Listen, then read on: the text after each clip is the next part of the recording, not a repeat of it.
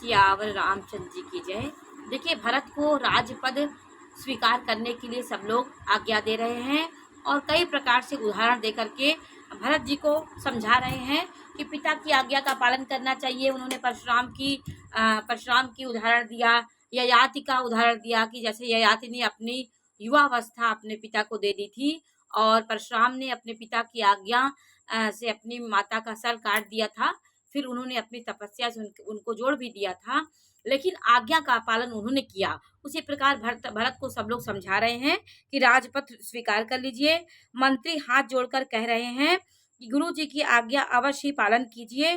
श्री रघुनाथ जी के लौट आने पर जैसा उचित हो तब फिर वैसा ही कीजिएगा, तब तक राज्यभार आप संभालिए।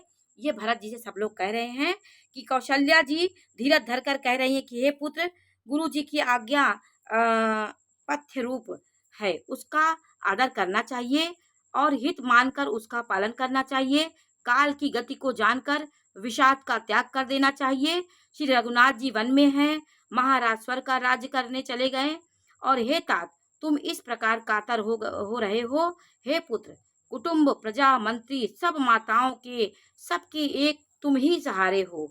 विधाता को प्रतिकूल और काल को कठोर देखकर धीरज धरो। माता तुम्हारी बलिहारी जाती हैं।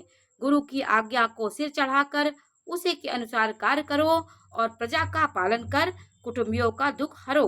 भरत जी से सब लोग निवेदन कर रहे हैं।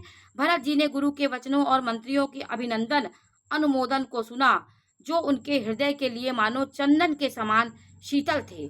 फिर उन्होंने शीतल स्नेह और सरलता के रस में सनी हुई माता कौशल्या को कोमल वाणी सुनी। सब लोग उनको मना रहे हैं कि आप राजपद कर लीजिए, इस समय आप ही हम लोग का सहारा हैं। इस प्रकार सब लोग कह रहे हैं। और भरत जी, अब देखिए, माता की वाणी सुनकर भरत जी व्याकुल हो गए और सरलता से रस में सनी हुई माता की वाणी सुनकर भरत जी व्याकुल हो गए। उनके नेत्र कमल जल बहाकर हृदय के विरह रूपी नवीन अंकुर को सींचने लगे। नेत्रों के आंसुओं ने उनके वियोग दुख को बहुत ही बढ़ाकर उन्हें अत्यंत व्याकुल कर दिया।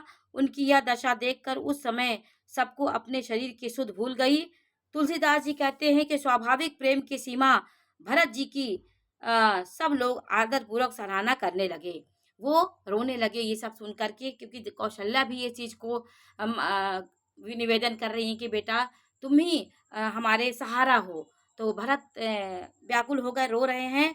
धैर्य की धूरी को धारण करने वाले भरत जी धीरज धरकर कमल के समान हाथों को जोड़कर वचनों को मानो